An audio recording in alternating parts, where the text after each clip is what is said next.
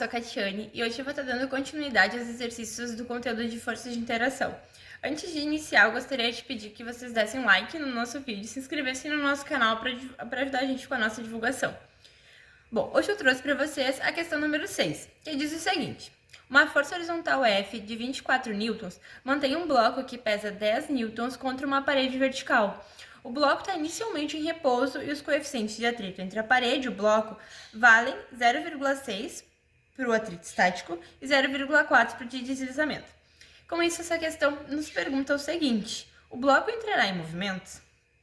E pergunta também, pede para a gente determinar a força exercida pela parede sobre o bloco empregando vetores unitários.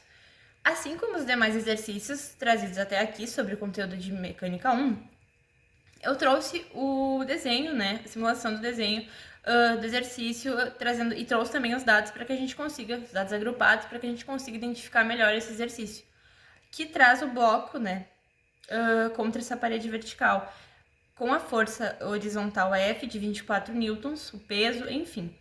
Onde a força horizontal F equivale a 24 newtons, esse peso 10 newtons, e as forças de atrito de estático 0,6 e de deslizamento 0,4. O que a gente deve levar em consideração? Que quando ele está parado, o peso e a força de atrito eles devem se anular. Então, a gente tem que fazer uso da força de atrito. Qual é a fórmula da força de atrito? Máxima. É o coeficiente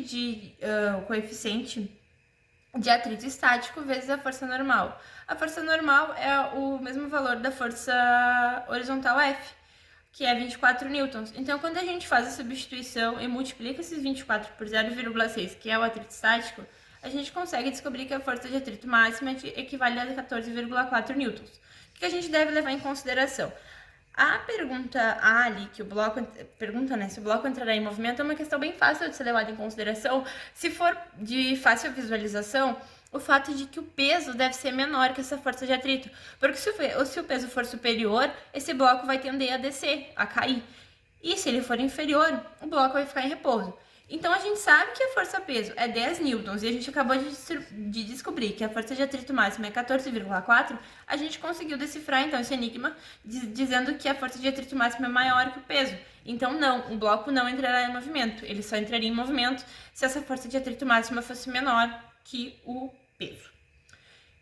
E, então, nos resta decifrar a pergunta número 2, que pede para a gente determinar a força exercida pela parede sobre o bloco empregando vetores unitários. A gente deve levar em consideração para isso que a parede ela exerce duas forças sobre o bloco, sendo elas a força de atrito e a força normal. Com isso é muito simples fazer exercício, só fazer as devidas substituições, e a gente vai encontrar que vai ser menos 24i mais 10j newton. Então, com isso, eu encerro esse exercício e agradeço muito a atenção de vocês.